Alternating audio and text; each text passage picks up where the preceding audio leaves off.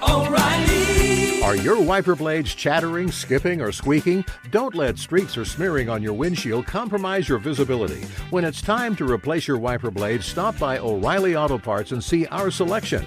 Our professional parts people will even install your new wiper blades while you wait. Stop by O'Reilly Auto Parts today. O'Reilly Auto Parts. For all you elk hunters out there, chasing turkeys is basically the same thing. I know the reaction you just gave me, but don't knock it till you try it, and don't try it without OnX. The Hunt app will not only help you find new areas on public ground, but I use it to find out landowner info to get permission on private ground that I see birds on as well. OnX Hunt has a special offer for you. Use code CAL to receive 20% off your membership at onxmaps.com/hunt and find more birds this spring. There's nothing like snook hook sets at dawn or catching a tarpon in the moonlight. Find your next fishing trip made easy on fishingbooker.com and experience the magic of the Sunshine State or any other destination on your fishing bucket list. Book a blue water adventure in search of sailfish or go snapper fishing with the kids. With over 6,000 captains and trips to choose from, planning your next one just got a whole lot easier. Download the Fishing Booker app on the Google Play or App Store, or visit them online at fishingbooker.com to book your trip today.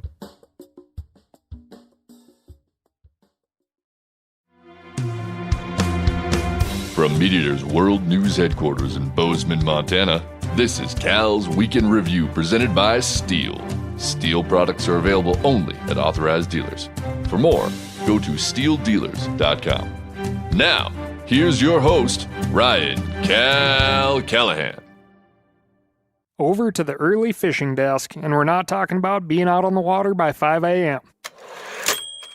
A team of German and Israeli scientists recently published conclusive evidence that human beings were fishing with hook and line at least 12,000 years ago. 19 bonefish hooks were recovered at a human settlement on Hula Lake in modern-day Israel, along with 6 grooved stones that the scientists believed were used as sinkers. Many anthropologists had believed that almost all groups without industrial production only used bow and arrows and spears to fish, or passive strategies like basket traps or weirs. You know, a weir is a structure of stones or posts across the flow of a river that divert fish into a holding area where you can easily get to them. Fish in a barrel type situation. Fish hooks at archaeological sites have been rare or non-existent before now. But the biggest problem of studying ancient tools is the fact that they were almost all made of materials that decompose, so saying for sure that ancient people did or didn't have a certain kind of tool is extremely difficult. Something we are constantly reminded of with the march of technological advancements discovered surrounding Neanderthal. However, in this case, the ideal preservation of the Hula site and the large number of hooks suggest that this technology was widespread in the region at this time, not just unique to this site and these people. These hooks are beautifully made. You can see the love, or maybe hunger, that went into carving them. Each one is a different shape and size, clearly designed for very specific species and conditions. In fact, fish remains from the same site show that people were eating species that are smaller than your hand, along with giant carp over 6.5 feet long, proving that nothing was ever as simple as a tenkara rod.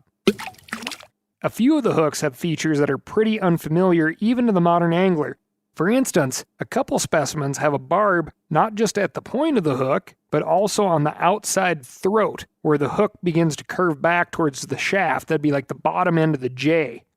In theory, that second barb is there to obstruct the rotation of the hook and keep it in if you're not like there to physically set the hook.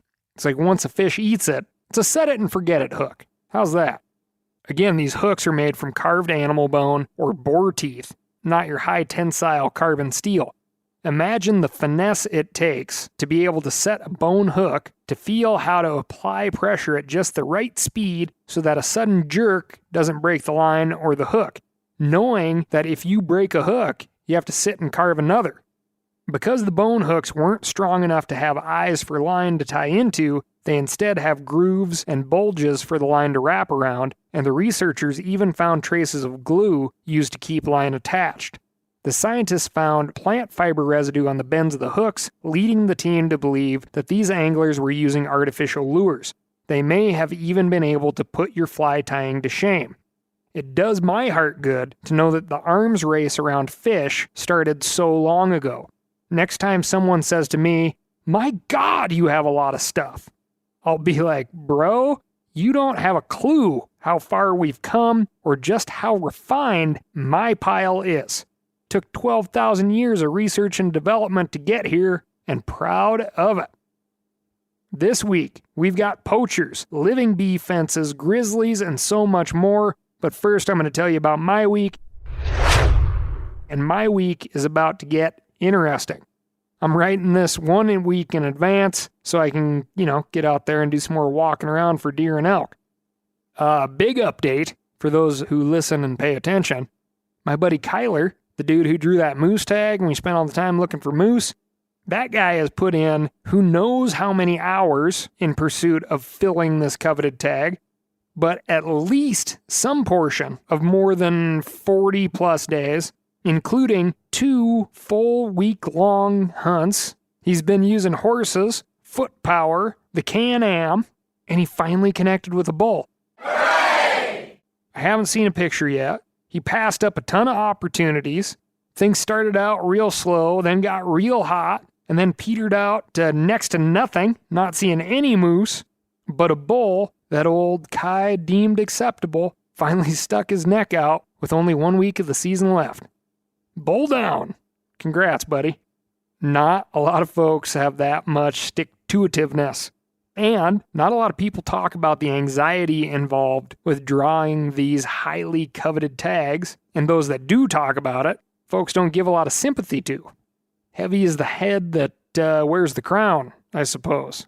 Let me play a sad song for you on the world's smallest violin. Also, if you're listening to this, you've just survived Thanksgiving and Black Friday, and Tuesday is Giving Tuesday, where you should consider taking a look at conservation organizations to donate to. There are a ton out there. There's a bunch that I highly recommend. Here in Montana, you got your Public Land and Water Access Association. That's a very small, highly efficient nonprofit that just fights the legal battles that come when people who do not think of folks other than themselves post public property and try to keep people out of it. You know who you are. You're not cool. The Teddy Roosevelt Conservation Partnership, Backcountry Hunters and Anglers, Pheasants Forever. Great organizations that work hard on behalf of access, habitat, and wildlife. As you know, we got to sell a lot of stuff to keep this show rolling. So, if you use the code CAL, that's Cal, at themeateater.com, you'll get free shipping and 10% off every purchase. Will go to Backcountry Hunters and Anglers December 6th through the 13th. A bunch of us who do this podcast thing have individual codes, and we've all selected nonprofits that we like. Collectively, we're going to kick some butt on behalf of conservation. So if you're still spending money ramping up to Christmas, do it in a way that supports everybody. Moving on to the poaching desk. An Idaho man pleaded guilty last week to 2 felonies related to the sale and possession of animal parts. Yan Bo Fong traveled to Montana in 2017 and 18 with the intent of purchasing 24 bear paws, 11 bear gallbladders, 7 bobcats, 3 mountain lions, 3 bears, 1 bear skin with attached feet, 2 deer, and 1 elk. In total, he was willing to spend $3,800 on the haul. Unfortunately for him, he wasn't dealing with a poacher, but with an undercover Montana game warden. Fong agreed to plead guilty to 1 felony count of unlawful sale of a game animal and 1 felony count of unlawful possession, shipping, or transportation of a game animal or fur-bearing animal. In exchange, the state will dismiss 2 counts of unlawful sale of a game animal and 2 counts of unlawful possession, shipping, or transportation. A judge still needs to issue a sentence, but prosecutors are recommending that Fong spend 5 years in a state prison, pay a $15,000 fine, and have his hunting, fishing, and trapping privileges revoked for 6 years, according to the Missoulian. Some folks might think that's a harsh penalty for wildlife violations. I'm not one of them. But if that's your frame of mind, you should know that this guy appears to have been a knowing serial offender. The Idaho State Journal reports that undercover agents told Fong that the animals were not legally hunted or tagged, and that selling the animals and parts is illegal. In other words, Fong knew he was engaged in illegal activity. He's also been charged with nearly 100 wildlife-related crimes in 2 additional states.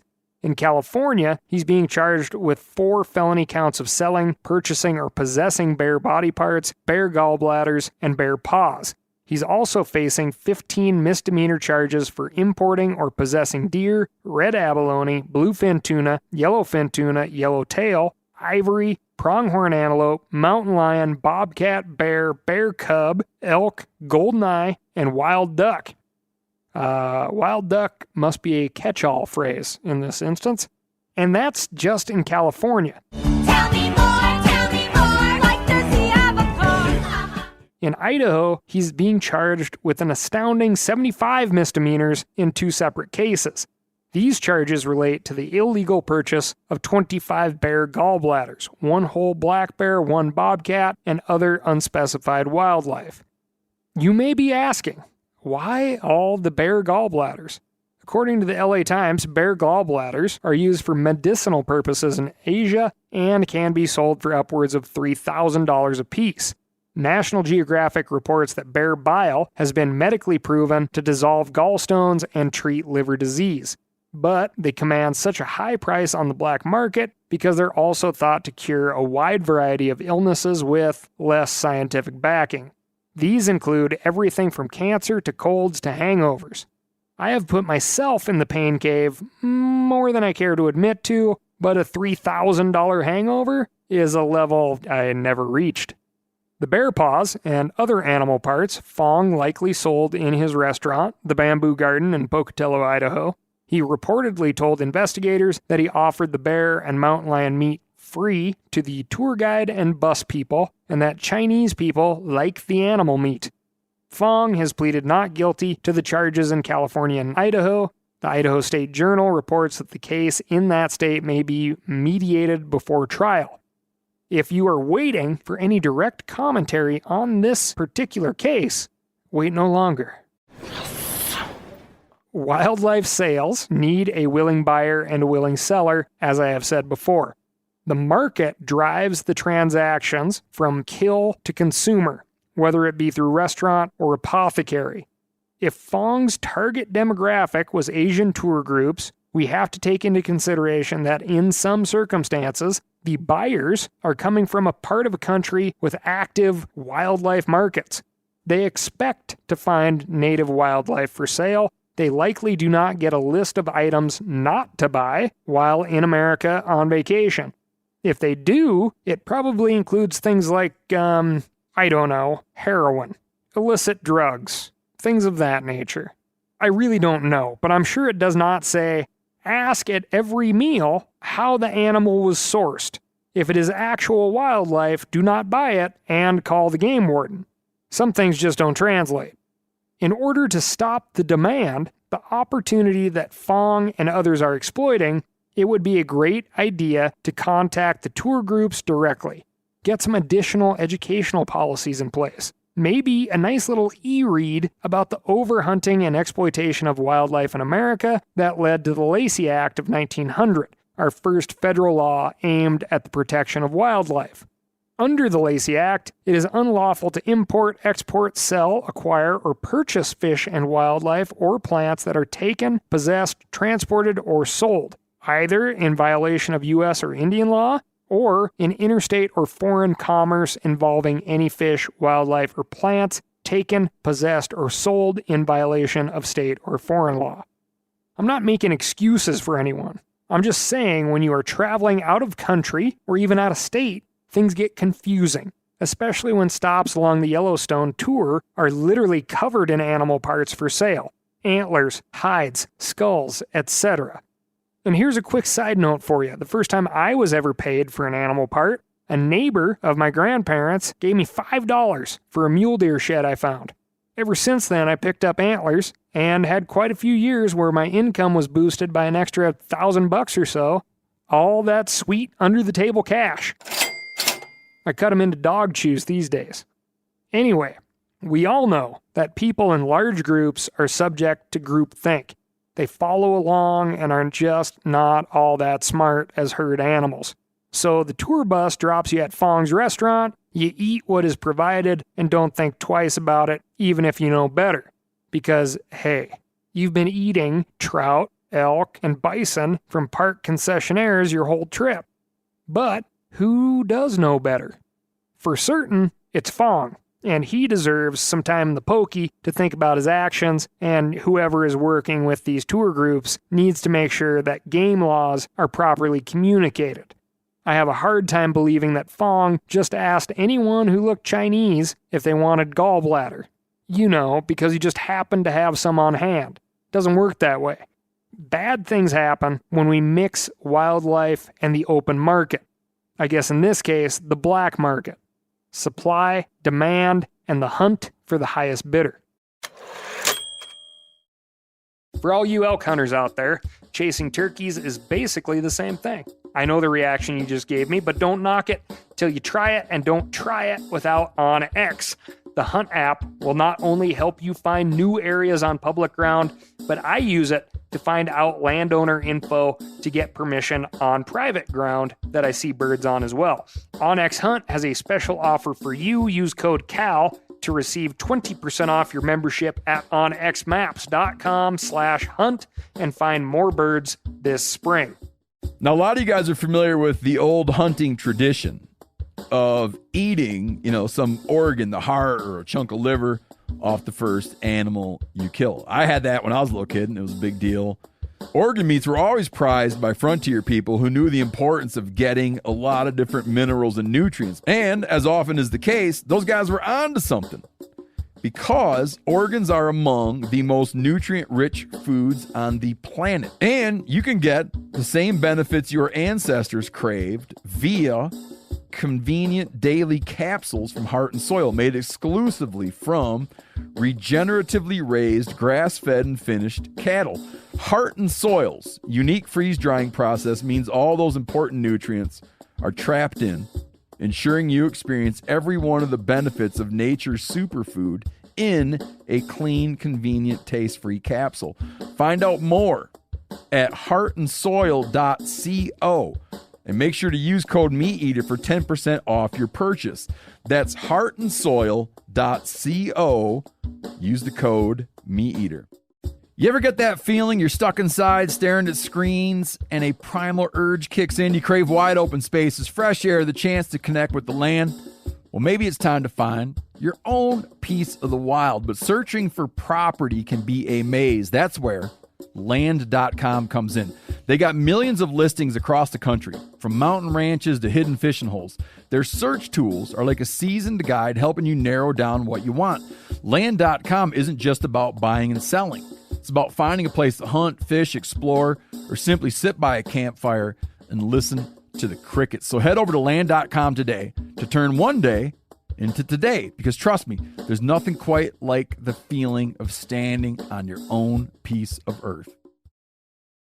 Moving on, but sticking with bears, Grizzly 399, the Jackson Hole cover girl of sorts, Easy breezy beautiful. has started getting into more and more trouble out in Wyoming. Since the summer, 399 and her 4 cubs have spent more time outside of Grand Teton National Park than inside it, migrating further south than ever before through several populated areas. This has led to almost continuous conflict with humans. Mama and kiddos have destroyed 5 apiaries, which are, the fancy Jackson Hole way of saying a beehive, raided livestock feed at least 5 times, and hit garbage and compost piles in between. We have reported on 399 several times, noting that until now, she has been miraculously good at living close to humans while avoiding conflict with them. threading her way through traffic jams, looking both ways before crossing roads, and largely avoiding destructive behavior. Biologists suspect that this has partly been a strategy to discourage male grizzlies from pursuing her and killing her cubs. And in some ways, that has worked. So far, she has 16 cubs and grand cubs to show for it. Another quick side note for you.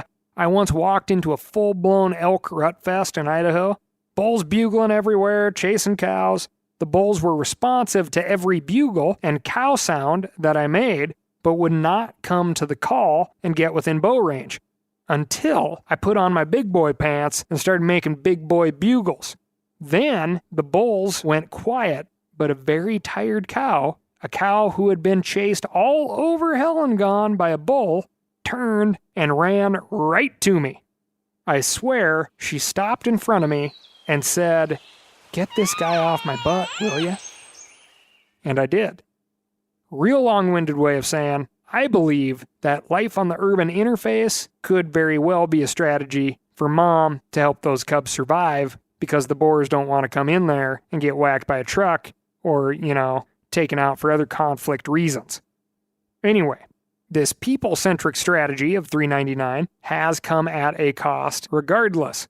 At least 3 of her cubs have been killed due to human conflict, and this recent spree has park officials going to extreme lengths to prevent a similar outcome for her.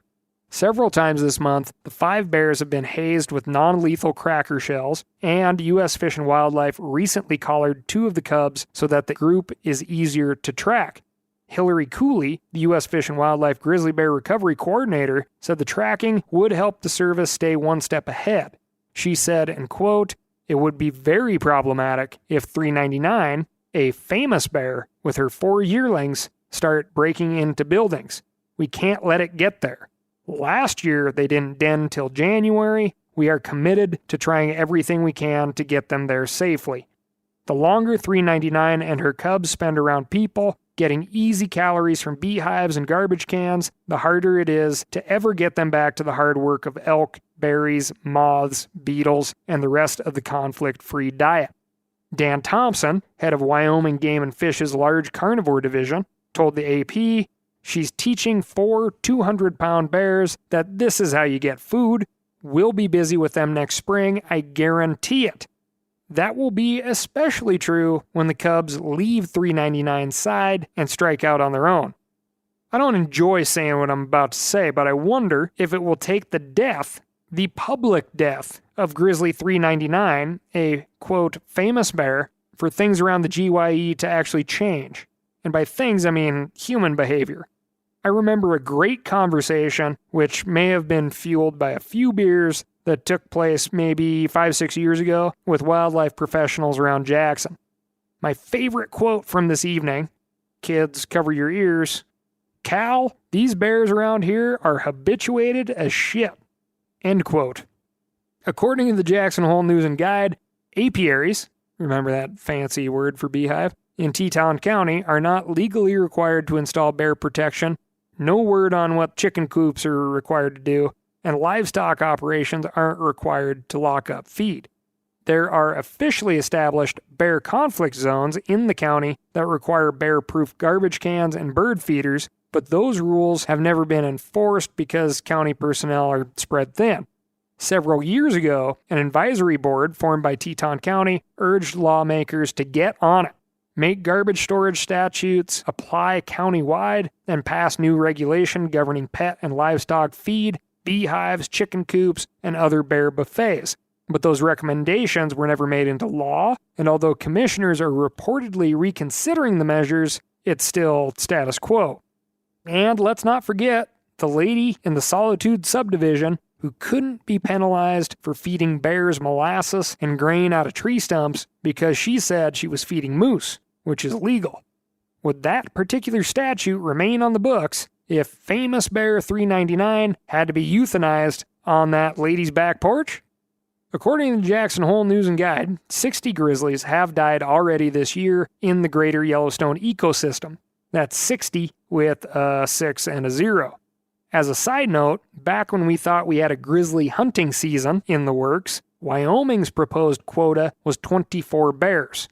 Idaho's was 1, and Montana likely would have been somewhere in between.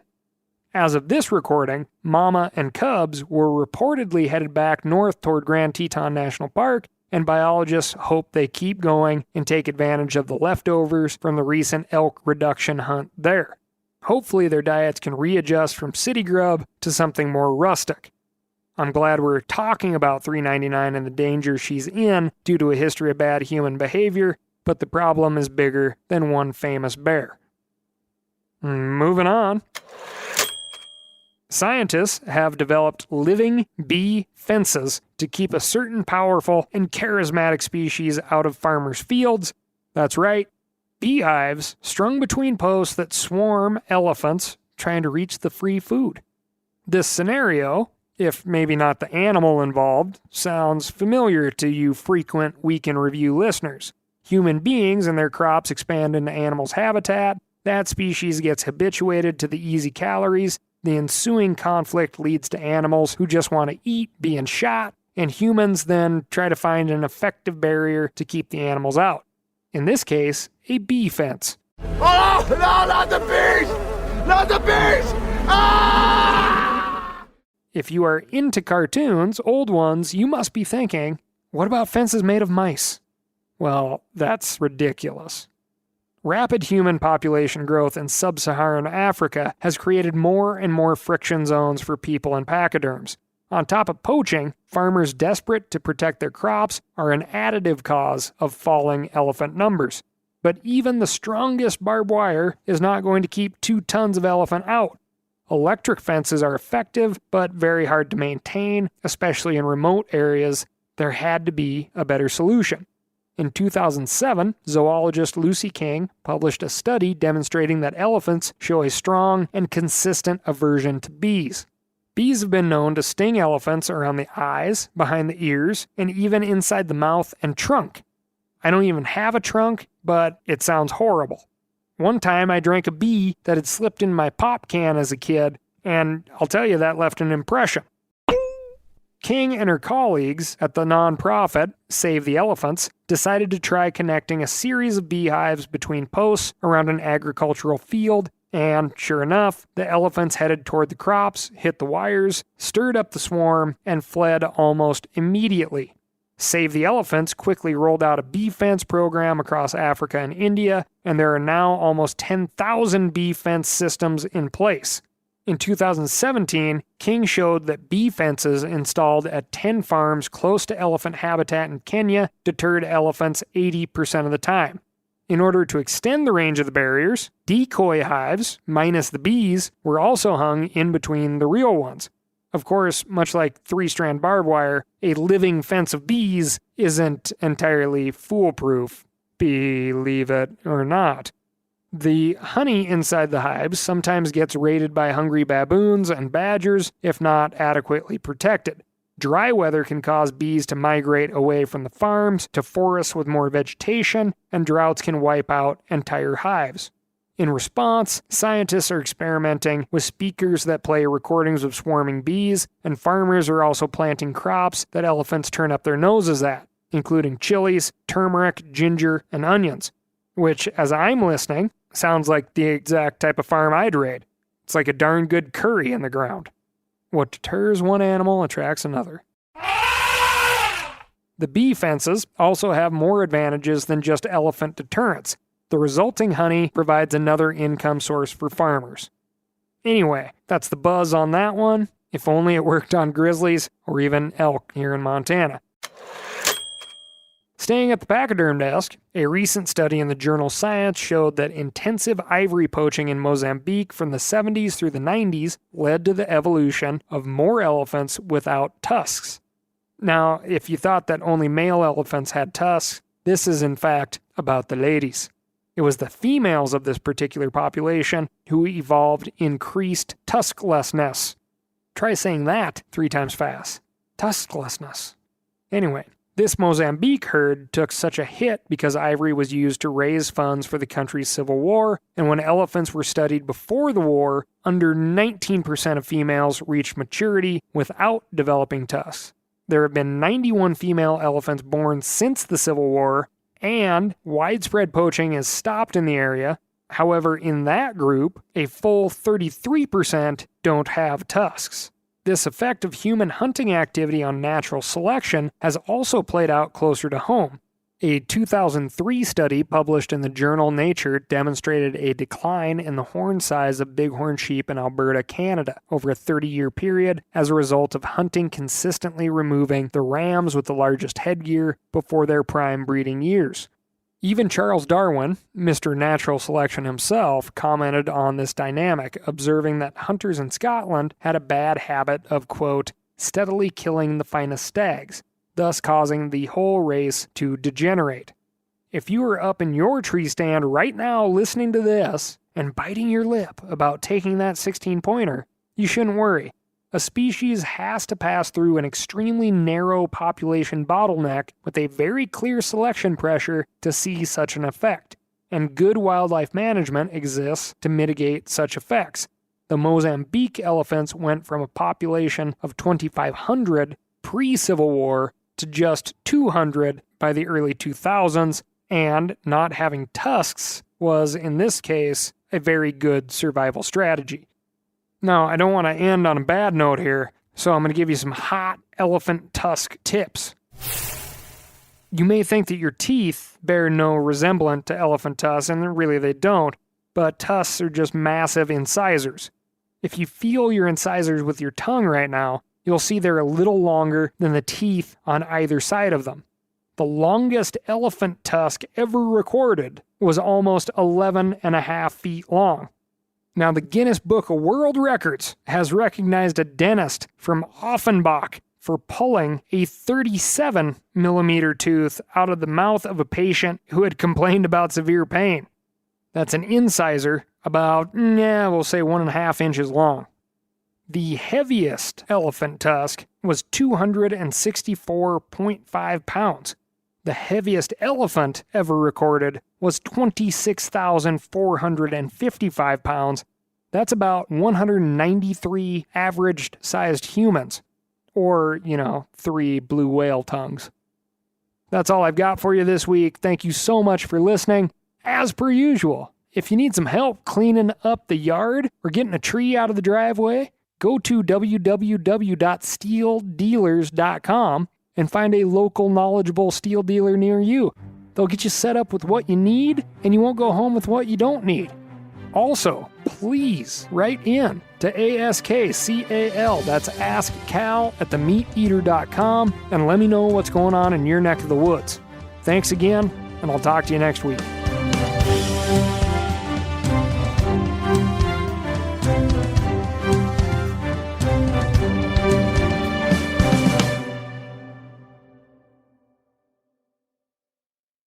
I'm sure a lot of you guys remember the old ceremonial hunting tradition of eating the heart out of the first animal you kill. Meat from those organs are among the most nutrient-rich foods on the planet. You can get those same benefits your ancestors craved via convenient daily capsules from Heart and Soil. Find out more at heartandsoil.co. And remember, use code MeatEater for 10% off your purchase. Outdoor adventure won't wait for engine problems. Things like hard starts, rough performance, and lost fuel economy are often caused by fuel gum and varnish buildup. Seafoam can help your engine run better and last longer. Simply pour a can in your gas tank. Hunters and anglers rely on Seafoam to keep their engines running the way it should the entire season. Pick up a can of Seafoam today at your local auto parts store or visit seafoamworks.com to learn more. That's seafoamworks.com to learn more.